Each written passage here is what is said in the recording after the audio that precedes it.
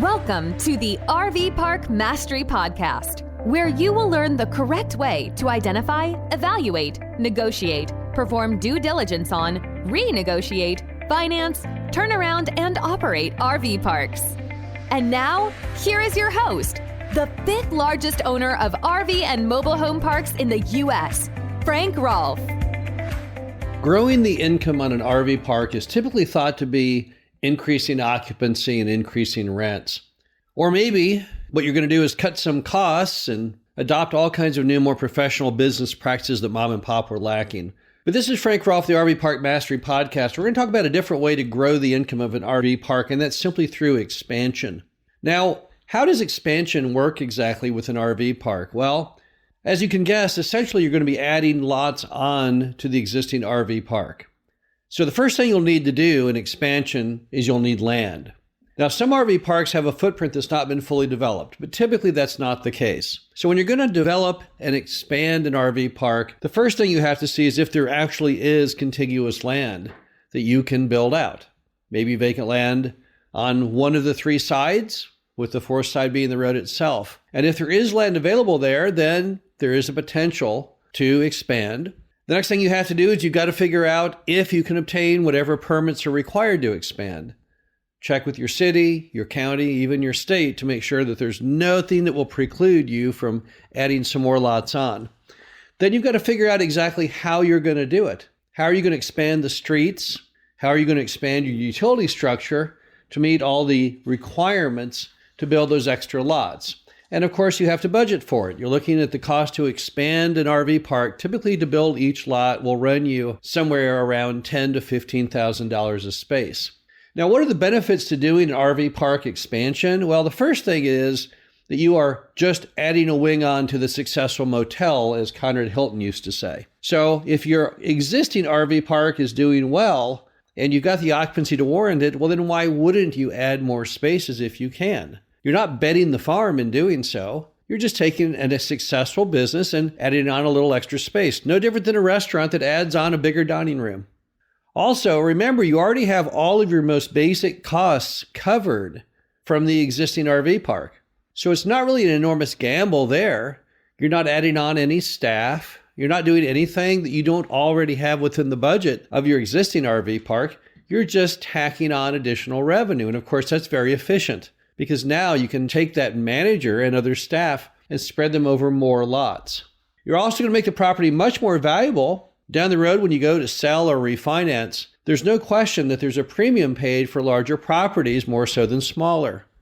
So it makes a world of good sense, if your property is doing well, to add the expansion, if for no other reason, to get you to a lower cap rate and a bigger dollar price down the road. And if you really think about it, what you're doing when you expand an RV park is you're arbitraging the value of the land surrounding you, which really is not that valuable probably per acre. And then the differential between that vacant land and the value of a successful RV park on that vacant land, you can harness a lot of value doing that. If you look at what the price for land is in areas where most RV parks exist, it's not that expensive. But if you look at the value of the RV park lot as a finished product against the raw land cost and the cost to develop, it's very lucrative indeed. Now, that's not to say there aren't risks in expanding RV parks. The first risk you have to know is you have a big problem with lending, because very few banks out there want to do expansions. They like already finished income properties that have very measurable and demonstrated revenues and expenses and net income. That gives them a feeling of comfort. Remember that banks, they don't get any upside in your RV park. All they get is hopefully their capital back and interest. So they aren't really big gamblers. And when you want to do an expansion, it's the ultimate gamble. You're going to take some materials, raw land and some utility pipes and some asphalt, and you're going to turn that into something of value into a bank that's very scary. So lending is tough when you do an expansion. You will find very few lenders out there that are going to go ahead and do a construction loan. And when you do a construction loan, remember the big problem with that is that at some point, you've got to convert that to permanent financing. So you have yet another hurdle, not only the hurdle to get the construction loan, but then you have the hurdle to go ahead and get the permanent financing to pay the construction loan off. And construction loans typically have very short fuses on them. So lending can be a real problem. And if you can't get lending, again, it's really hard to come up with the capital because it's expensive to do an RV park expansion. If it costs you $15,000 a space to build each space, and you want to do a 20-space expansion, well, that's $300,000. That's a lot of money. And remember, you can't really leverage that. $300,000 in many RV parks, if in cash down, would buy you a $1.5 million RV park. So you then have to wonder to yourself, is this really smart of me to do this expansion if I can't get lending and if I have to do it out of all cash? Maybe instead, you'd be better off just buying an existing RV park with that money.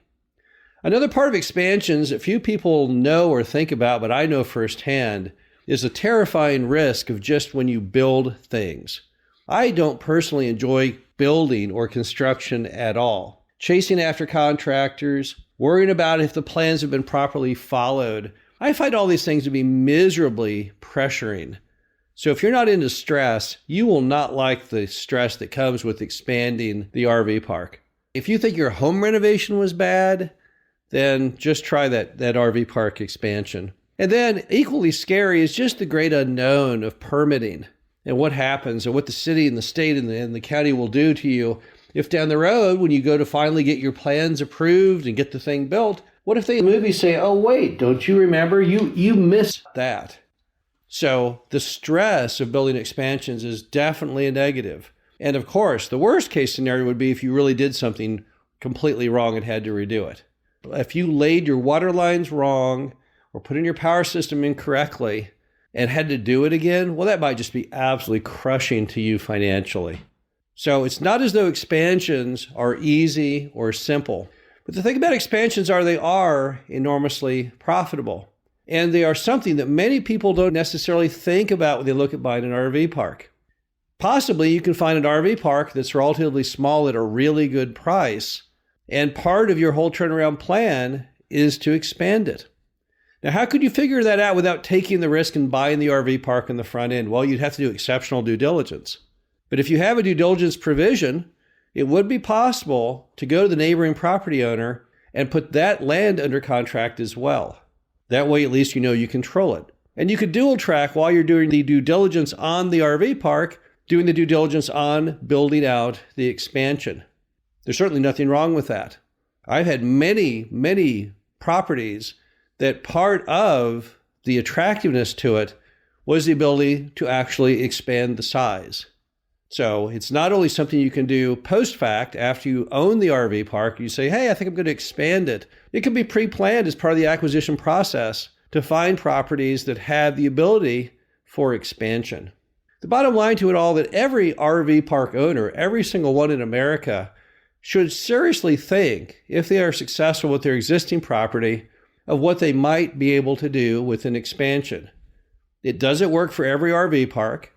You may not have contiguous land. You may be unable to get the permit. You may just not have the desire to do it. But it's something that everyone should definitely research because it may be a very smart decision for many owners. This is Frank Rolfe, the RV Park Mastery Podcast. Hope you enjoyed this. Talk to you again soon.